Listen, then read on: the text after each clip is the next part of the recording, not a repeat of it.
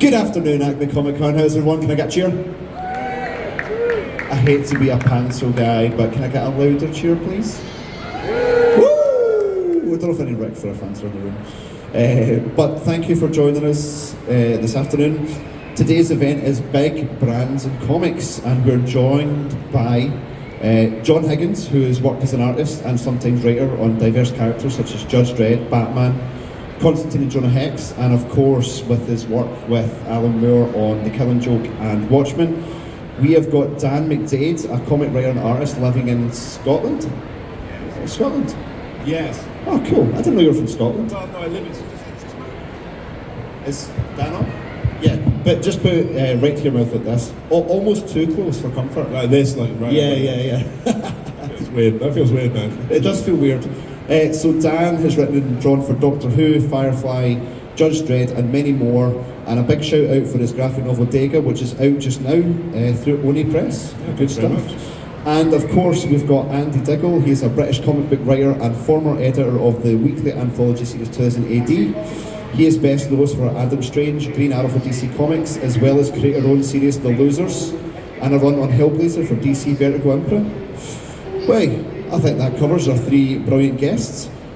So I'm just going to jump right in with a controversial question, right? If anyone's on Twitter, right, one, please get off it as soon as you can for your own mental health. Two, you will see constant comic debates and arguments on Twitter. One of the big talking points is, are comic books dead? And we'll start with my immediate. Dan, would you like to kick off? Yeah. I think the answer to that is that, yeah, they are dead, but they have been dead for about 30 years, and everyone is still sort of going. So I think the better answer is that they're undead, which I think is exactly the state comics should be in. I don't think they should be vital. I think they should be shambling hulks that fill people with absolute terror. So so no is the answer. They're undead. Oh, can we get... Poor Andy. Sorry, Andy. Hello, is that working? Yeah, can I just say that's the best answer I've ever heard to that question, which comes up a lot at shows. You know, you cannot kill what does not live, That's right? Exactly right. Judge Dredd nailed it, 100%. Yeah. John, have you got maybe a more cheerier take on this topic? Oh, John's not mic'd up either. Please excuse the technical difficulties, ladies and gentlemen. Normal service will resume in approximately 5 seconds.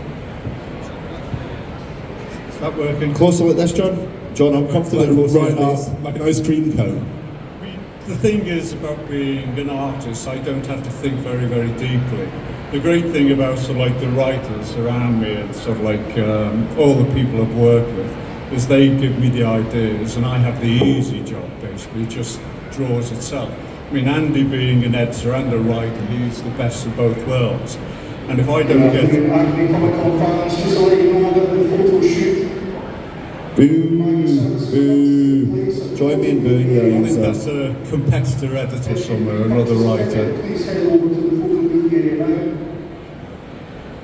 That's the professional photo shoot with my service. Thank you. Are we done? Okay, thank you. Sorry, John, what were you saying there? Yeah, so I completely agree. I can't believe as an artist you say you do the easy job, right? Because I write and I think writing's the easiest part. See artists, I love you guys. Art is way harder than writing, trust me. I'm not saying writing's easy, but yeah, you guys actually have to have some real skill. We can just kind of wing it and hide behind you.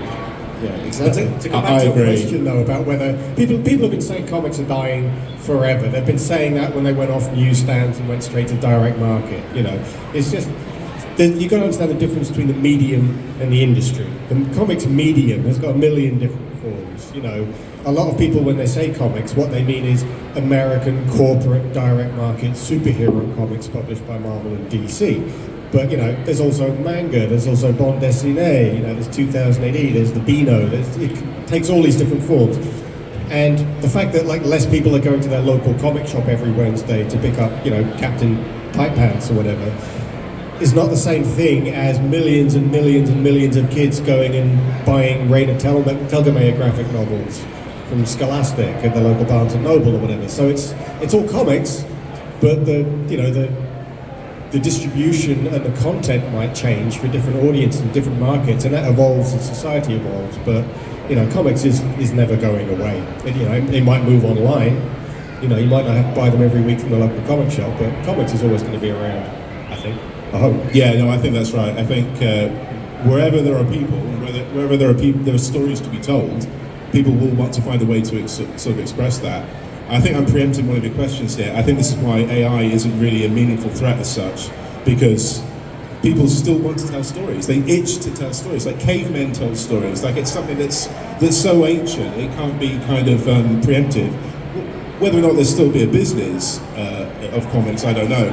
But whenever this question comes up, I always think about the bit in Ghostbusters, which came out in 1984. And there's a bit where I think Janine Melnitz is talking about do you read books, or she says, or do you read magazines? And Egon Spengler flatly says, print is dead.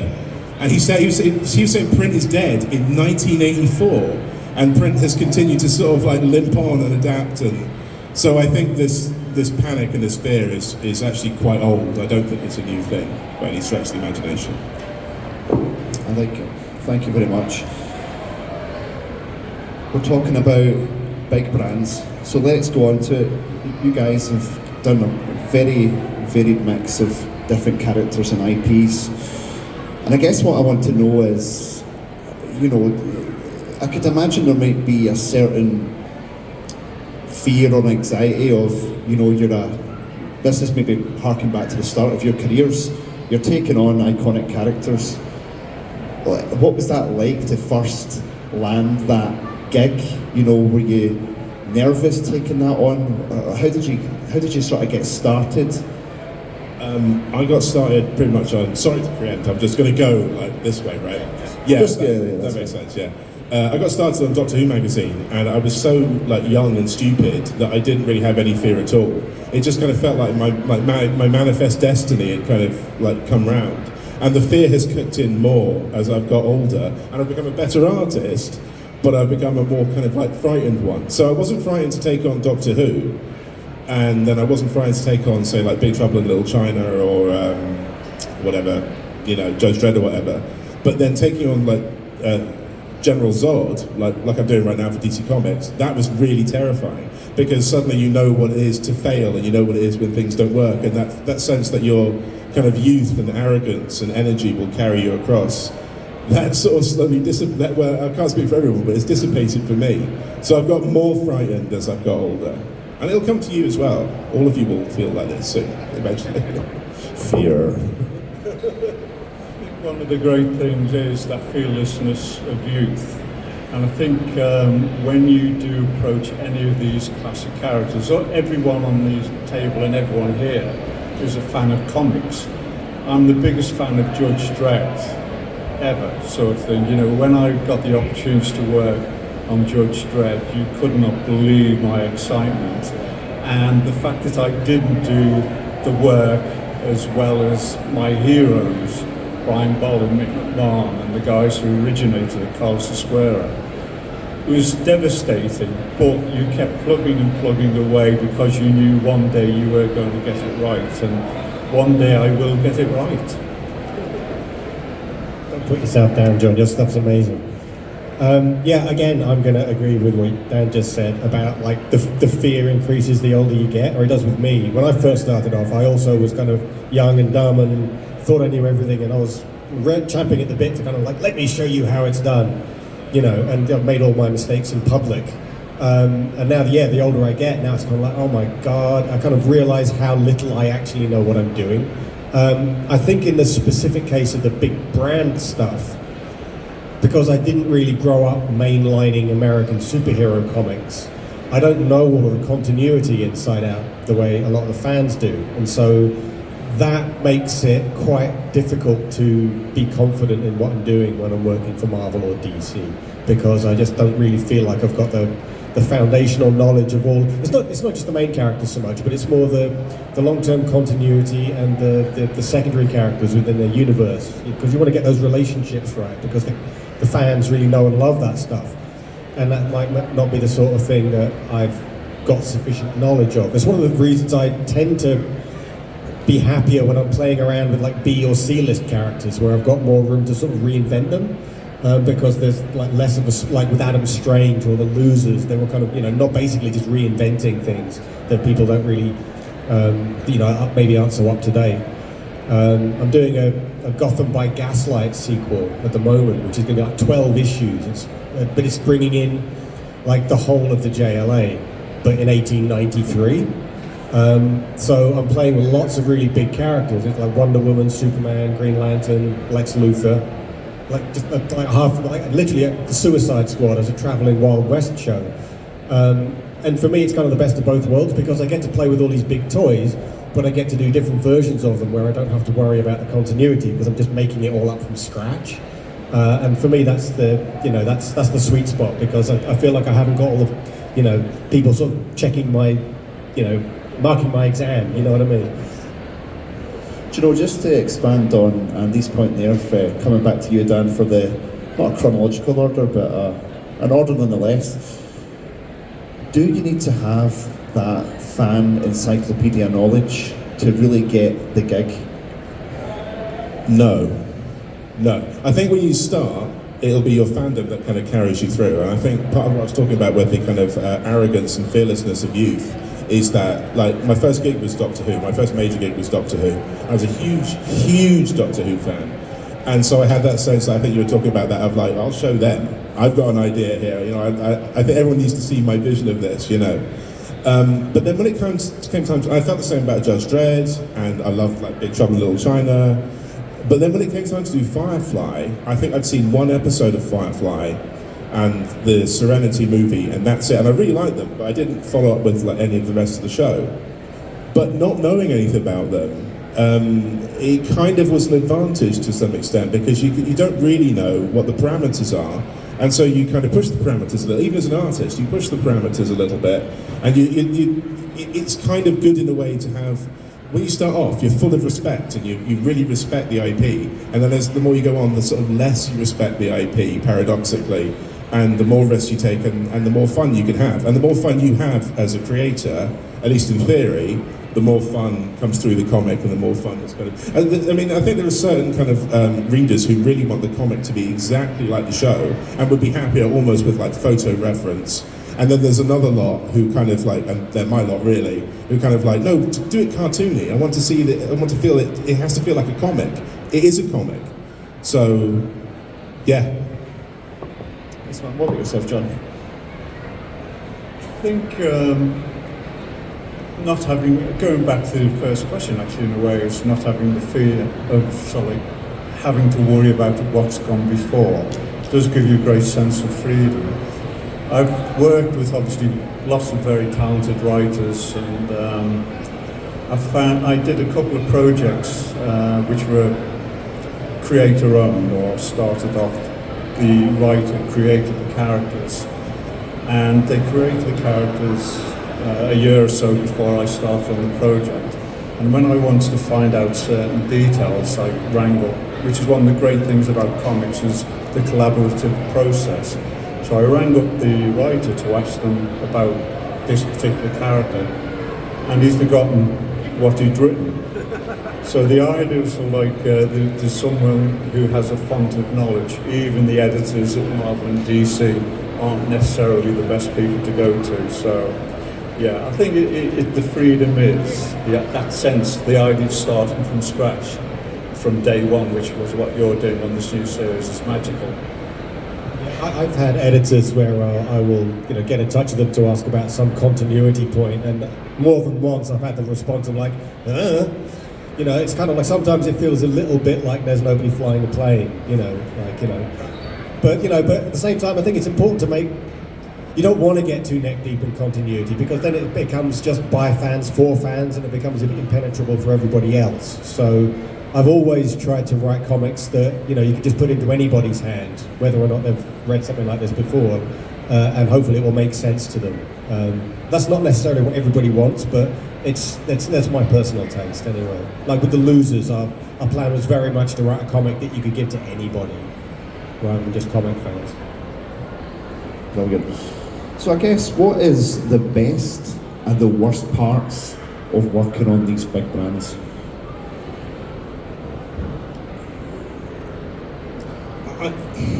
I don't see it as massively different to working on your own thing, if I'm honest. Like every time you pick up a page, either as a writer or as an artist, the challenge is exactly the same. How do I solve these problems?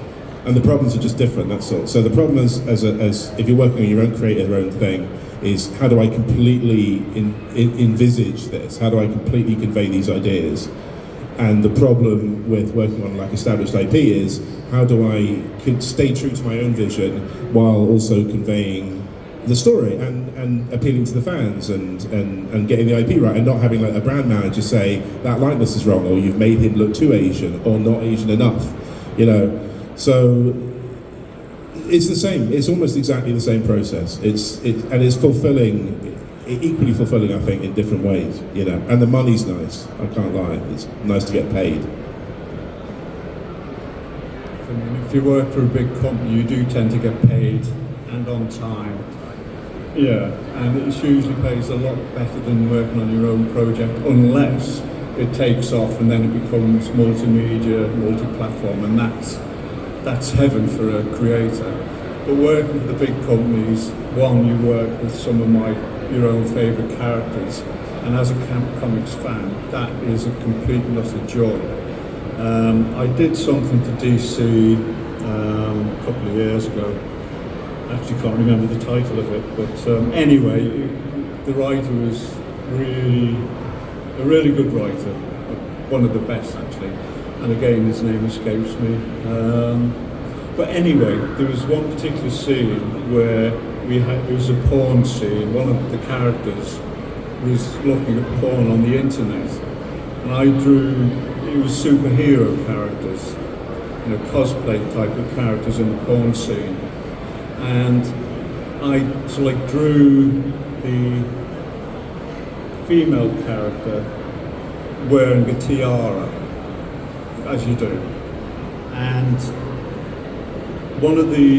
because they were supposed to be superheroes in the story and because the characters, it was for DC, the direction I got from the editor, which I love, is to like take the tiara off the porn star. And I just love that sort of feedback because obviously they didn't want it to look like Wonder Woman. But the best, I just love the fact, take the tiara off the porn star. And if that doesn't bring in more people, yes it is on my, yeah, I'll wear a tiara as I'm being buried, take the tiara off that dead artist. So it was like, what's the best and worst things about big brands? Okay, well the best thing is, yeah, as you say, the money is nice, you know, and knowing that, you know, if you're writing a big name like Batman or something, then, you know, it's just going to bring more readers to the book, because that's, you know, that's why we do it. We want people to read what we do. So that's always nice. And it's a nice feeling being trusted with a big character like that, because obviously there's a lot of competition to get those big gigs. So it's always flattering to get it. And just the kind of, like you say, the joy of just like playing with these cool toys. Whether it's like I got that when I was writing James Bond. I just kind of like had a kind of pinch me moment. It was like I'm literally putting words in James Bond's mouth right now, and that's just a really nice feeling. Where you get to just kind of geek out and get paid for it.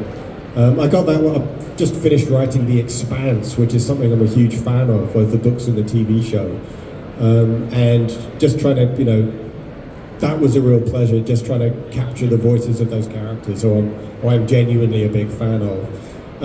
The downside, of course, is you know, you get to fail more spectacularly in public when you get it wrong with a big character, and there's more eyes on it. There's more, you know, the publisher's going to have several levels of approvals and you can get away with less in that way. You can't be quite as risky, I guess. You have to play it a little bit more safe. But that's not really a major problem. I kind of miss Vertigo. Hands up who misses Vertigo comics? Yeah, okay. Yeah, it's not quite the same. I mean, like, so, you know, you do slightly darker and edgier versions of Batman or whatever at Black Label, but it's still Batman at the end of the day. So yeah, it would be nice if you could Vertigo used to feel like, you get the best of both worlds, where you get the big audience, but you still get to take big risks. And I think it would be nice to have a bit more of that at the larger publishers. Bring back Marvel Max as well, I think would be good. I miss that. Anyway, I'm rambling. I think as well there's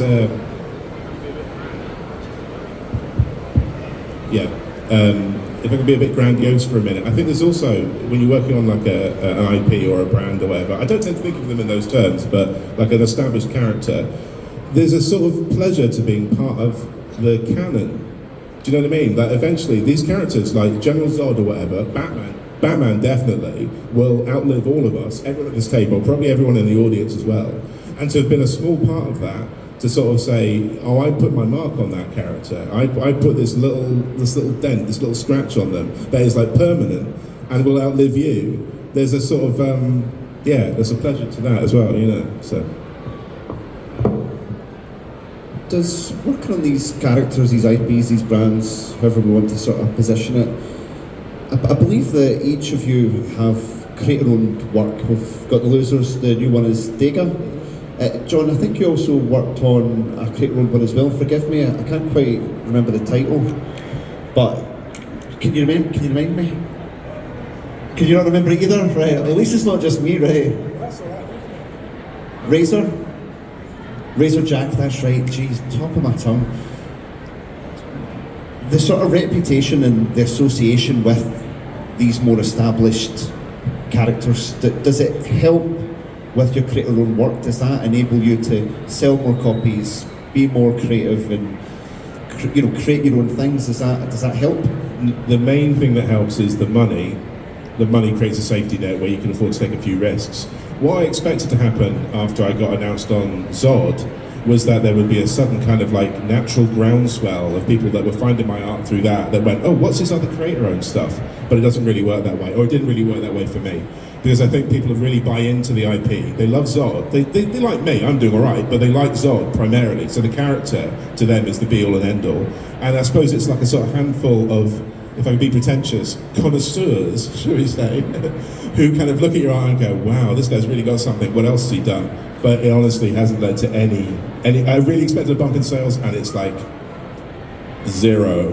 Yeah, same. Like, funnily enough, The Losers isn't actually creator-owned. Sorry, that's fine. It's a Vertigo book. I have done creator-owned stuff, but like me and Jock did Green Arrow Year 1 together, which is probably the most successful thing we've done. And then straight after that, we did this creator-owned image thriller called Snapshot, and it just vanished without trace. Like, nobody bought it, And Jock's like a really big deal nowadays. He's like, doing Batman and all the rest of it. He's kind of A-list.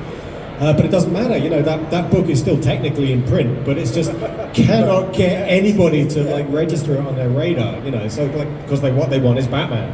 That's what they want, Yeah, I mean, that definitely is the problem. So like, comics fans can be very tribal, and they will go for Batman every single time, or Superman, or whatever, or Spider-Man. So yeah, getting that crossover, and even for Jock, who is one of the biggest names, because he has that crossover ability, doing storyboards and so on and so forth. You would have expected people to follow the name, and I think probably maybe Frank Quietly might be another crossover artist. People do follow Frank Quietly because he has such a singular style, and so yeah, I think they can get that sort of crossover, but certainly not in my case anyway.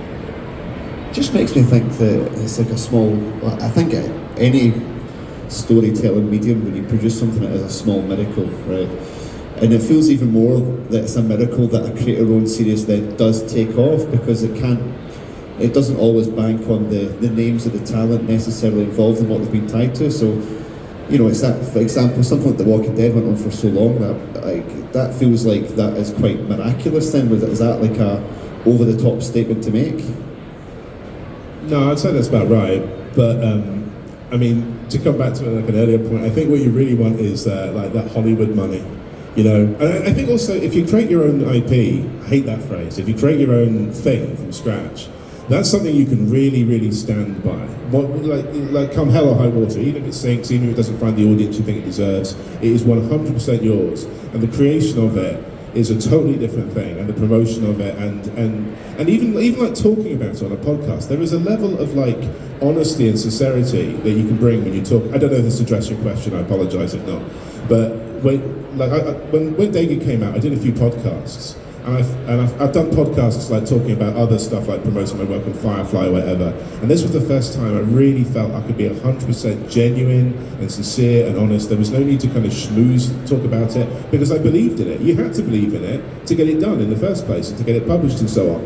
And so it was really refreshing, and you could sort of talk about the themes because you understood everything about what you'd done, all the nuts and bolts, all the mechanisms. You understood them so completely. You weren't having to try and second guess maybe what the writer was doing or what the brand manager was doing or where things are going for the brand in the future. No, this was entirely your thing. So you could speak about it as though it was like a loved one. You know what I mean?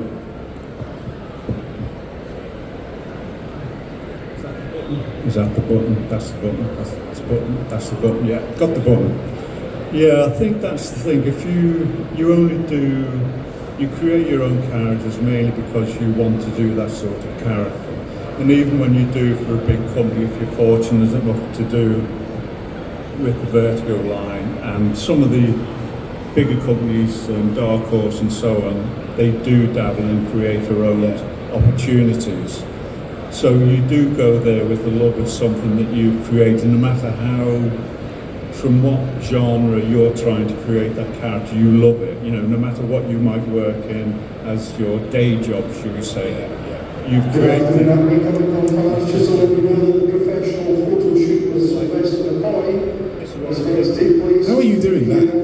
That's incredible. If you pre-purchased any photo shoots with Sylvester McCoy, please head over to the photo booth area now. I have to go. I've pre-bought a photo shoot with Sylvester McCoy. I have to go. Well, thank you very much for joining us, Dan. Do you know what? And twice it's for you as well, John. Like this guy's got it in for you, by the way. I'd watch your back. If he's telling you where the bar is, I go with him, or he isn't, so ignore him. But yeah, I mean, the look of the characters that we do for ourselves, and you don't have to BS anyone, you believe in them totally.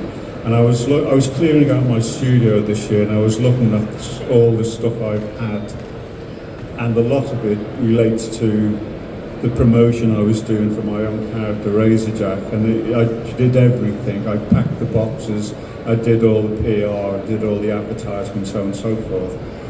And you know, I probably made about, I don't know, 20 grand, and it cost me something like, well, it cost me a house and a marriage, basically. So, what can you say? Was it worthwhile? I loved the character maybe more than I loved my first wife. I don't know. It can be. That's a terrible story. Wow, I don't know how to follow that. It's fans can be vocal online. Again, don't go on Twitter. Send it on Twitter. Give it up now. Fans can be vocal. They're very passionate about it. Sometimes for good, sometimes for bad, depending on certain points of view. So, how has your experience been with fandom? I would rather the passion.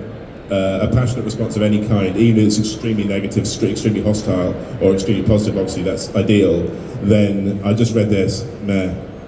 That's the one that kills me. That's like the complete, because if you incite any kind of reaction, even if it's fury, it's almost better if it's fury. It's almost better if it's like real disgust and rage, because that really comes from something, and the work you put in really came from somewhere. And if you put in all this work, and the response is just a shrug, that's death. You're like, man, I'm not getting paid nearly enough for this crap, you know what I mean? So, it gives me a passionate fan base, 100%, every time. I actually get a remarkably easy time on Twitter. I've got I've got a lot of followers on Twitter, but I know there is a lot of toxicity on the platform, but it doesn't seem to get aimed at me, probably because I'm a straight white guy. But do you think Elon Musk has got rid of all the bots like he said he would? Oh, do you yeah. think he's made it a lot better? Yeah. I think it has. I've got a lot of followers, but they're all porn. Yeah, that's not mine basically. I pay for a lot of followers as well, and they're rubbish. I'm not going to lie, they're really bad. They don't help me at all. Pay me, I'll follow you. I'll be the best fan. All right. Yeah. No, that sounds nice. Yeah, I see that. It's fine. My rates are very reasonable. But I like the accessibility of Twitter. You know, I mean, when I was a fan, when I was a teenager, the only time I would actually get to meet or interact with creators would be at like Comic Cons like this one. I'd go to UCAC and stuff when I was a teenager, and I think it's actually quite healthy to have a more porous barrier between the sort of us and them of the fans and the creators. You know, I like the fact that, you know, anybody can get in touch with me. You know, I don't protect my Twitter feed, so if somebody wants to drop me a line, they can, you know, and they can just let me know what they think. And obviously that is open to abuse. And you reserve the right not to reply as well. Yeah, I mean, not to engage. If somebody's going to be a dick, then I just quietly block them and move on, you know. But that happens, that's very rare. You know, the only time I tend to get that kind of thing is when it's always some kind of alt-right jerk is trying to accuse people of being woke or something like that. And like, it's obvious they haven't even read the comic in question, they're just kind of dogpiling because somebody on a podcast told them to. So that, you know, it's convenient because it makes them very, very easy to weed out, you know. But even that's pretty rare. But yeah, but I think it is healthy to, you know, just kind of to communicate, you know, without being a jerk about it. It stops us getting too big for our boots. And also it's important to keep your finger on the pulse a little bit about what people are into, you know. And like, it makes me feel very old these days as well, because like half the time I have no idea what everybody's on about, you know. It's like, what are they arguing about now? It's probably not important. Well, that's the great thing for me about writers, is the fact that they do tend to use the social media in a way that I really don't get on with. I mean, I prefer to draw my stories rather than sort of write about them. And whenever I've done conventions with writers, they do tend to be very erudite and not as good looking as artists, but they do tend to be, they can speak proper. So just one final question before we open it up to our lovely audience for a Q&A. What piece of work are you most proud of? What piece of work are you most proud of? No, most. We're going to end with a positive. Most proud. What makes you swell with pride every time you think about it? The most recent one. Whatever the most recent. That's true. That is true, because you have to kind of love what you're doing in the moment, and you have to kind of go, "That's really cool." I think probably Dega, in terms of like the thing that I fell most in love with while I was making it, you know. But yeah, the pretentious answer is whatever you're working on right now, I think. Sorry. The thing that I'm least proud of is the thing that pays me the most money. I used to do a lot of advertising work before I became a very poor artist. Yes.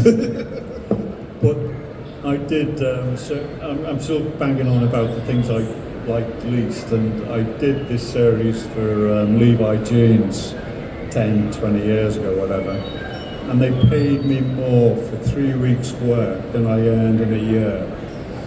And it was not very good because they rushed it, and then they had committees.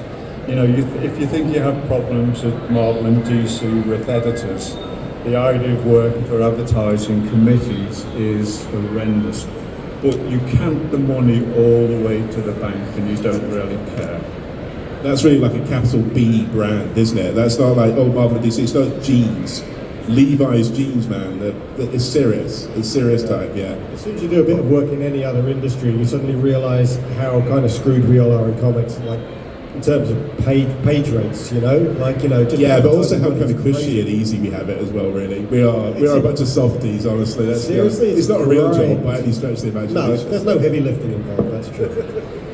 Yeah. What was the question? It was like stuff I'm proud of. The page rate thing. I'm on the same page rate I was on 20 years ago. You know, everybody's going on about the cost of living crisis and all the rest of it, but I don't know, does anybody in comics had a pay rise in 20 years? It's kind of, it's a hard way. I'm basically sort of feeding a family of 4, paying a mortgage on a freelance comic writer's page rate, whilst wrestling with a neurological condition, which in my case is ADHD. You know, that's a kind of a stressful way to make a living, and doing it like on the same page rate for 20 years during a cost of living crisis. You should live in a cave, Andy. That's the answer. I do. You understand? You don't. You live in a house. Sure, you live in a house. Yeah, it's a very cave-like. All right, fine. No. I'm thinking real basic stuff, though, man. Just a fire. We have a corner piled of animal skins. It's great. No, okay, so the question was, what are we proud of? Like, I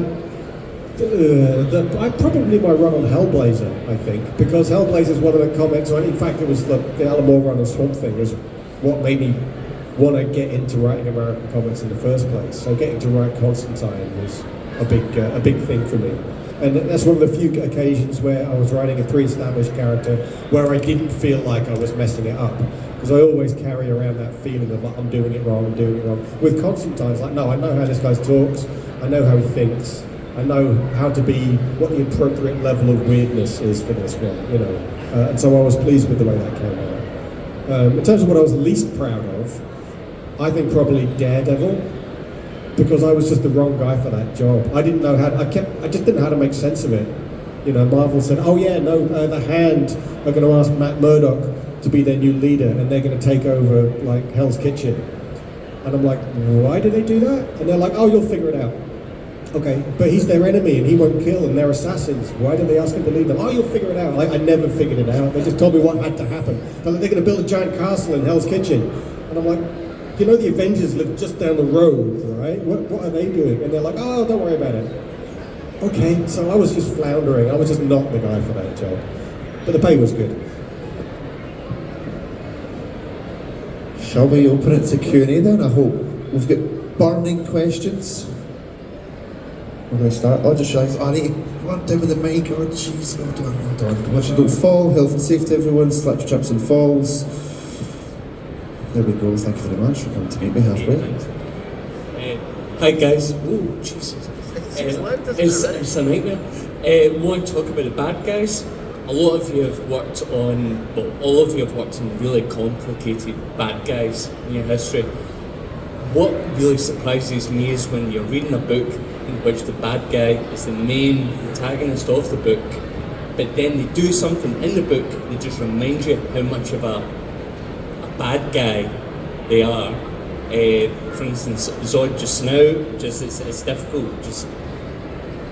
What bad guys have you written that's then done something that's messed you up, or remind you the kind of Breaking Bad kind of thing with like Heisenberg and how he's a baddie throughout the whole story, but then every now and again you get a wee glimpse into him as to why he's.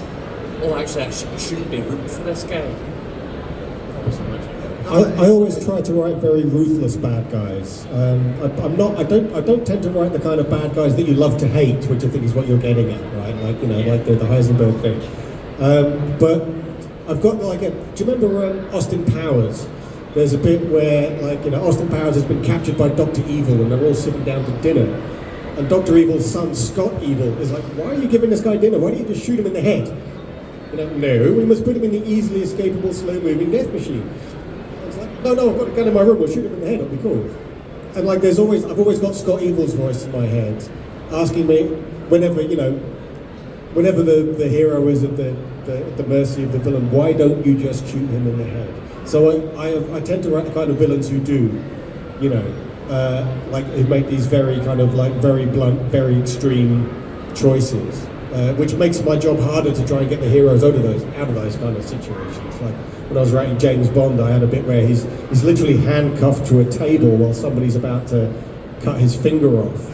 And I'm like, yeah, this is a really good scene. And I'm like, how the hell do I get James Bond out of this one? You know, so it's kind of like you paint yourself into a corner sometimes. I think I pulled it off. But yeah, there's, in terms of villains that you sort of, people I think like too much, I'm a bit worried about the Joker. I think a lot of Joker fandom is really unhealthy. And because like the Joker is evil, and I think that something weird happened along the way where everybody started, or certainly a subset of fandom started seeing him as this sympathetic figure. And he's like, you know, he's the definition of evil. Oh yeah, no, but he's mentally ill, he can't help it. Like, he's a sadist, you know, and a nihilist, and he's a baddie. And I really want to do a Batman Joker story that really gets into the nature of not mental illness, but evil, with regards to the Joker and the effect he has on his victims. But it would be really dark, and like the only way to do it would be a Black Label book. And I mentioned this to DC, and they're like, oh, well, the thing is, we kind of got too much Batman stuff at the moment. Like, okay, well, what else do you want? It's like, well, the thing is, the only thing that sells is Batman. Okay, so you don't want Batman, but you don't want anything that's not Batman. Okay, fair enough. So I'm not quite sure what that leaves me on that one. Will we take another question or do I answer? I think usually when actors talk about becoming a character, they seem to appreciate being a bad character, and they always talk about trying to find the root of what makes them human. And I think that's what Andy was touching on there, is the fact that there's always needs to be something that you can identify with. And the idea of identifying with someone who's a psychopathic maniac, I'm not necessarily sure we would want to necessarily identify with that type of character, but there has to be something within them to find out what that was. And I suppose in some ways the Killing Joke touches on that, with how in that particular iteration of the Joker he comes about. And that's why it's lasted so long and become one of the biggest selling Batman stories of all time, is the fact that there is something there that you can understand. The fact that this monstrous person can do these awful things, but there's a root to the reason he's that evil. I think that's what these good writers can do. I think the key to the Joker, like what you were saying there about the Joker, I think it's quite interesting that although he is evil, like all the great evil characters, he's got tons of charisma. Like you really, there's a part of you that even though he's completely maligned, you kind of want to see him do well, because he is at least extremely committed. Do you know what I mean? Well, I mean, he should be committed. That's funny, but he is. Like, it's not like the people reading at home. Like all the writers that are even creating these characters, we're sort of filled with contradictions, and we don't really know what's going on most of the time, and it's very hard to make decisions. And very often in life, you don't make decisions; things happen to you. And a character like the Joker or General Zod, they make things happen. They have the charisma. They lead, and even if it's appalling, which to our eyes it is still dynamic and exciting to kind of read. And I think that's why actors love playing villains as well, because they get to be the one where there are no checks and balances. There are no breaks. You just go, the hero must always adhere to a moral code and be good and be righteous. And then the villain can be just like, no, none of that. I'm an asshole. Just so you know. And the other thing I think as well that's important about like writing an evil character, maybe not the Joker, because the Joker is quite mad and inherently contradictory, is they don't know they're evil. They think they're doing good things. They're the hero in their story. And everyone else who doesn't adhere to their kind of worldview they're just weak. You know, they're just weak people, and it's the strong. So they view themselves, they're heroic figures in a way, you know. Zod certainly is a heroic figure. He's like Lucifer, you know, he's like a sort of fallen angel cast out by God, or Jor-El, you know, who is always like champing at the bit to kind of come back. Doctor Doom's the same. Doctor Doom is an absolutely fantastic character. I can see why he's so fascinating, because he's so grandiose, it's funny, but also like he really believes in himself. And how many people at home and how many readers can really sort of say that about themselves? He's so insanely confident, you know. So I see the draw. Next one. I think we've got time for one more question. Time's just ate away. It's been so fast, which has been great. I've loved it. Your time is now. Hello. I was just wondering what the differences were that you found between working between both the British comics book industry and the American comic books industry, and what challenges, if any, did you face switching between the two? Americans pay better.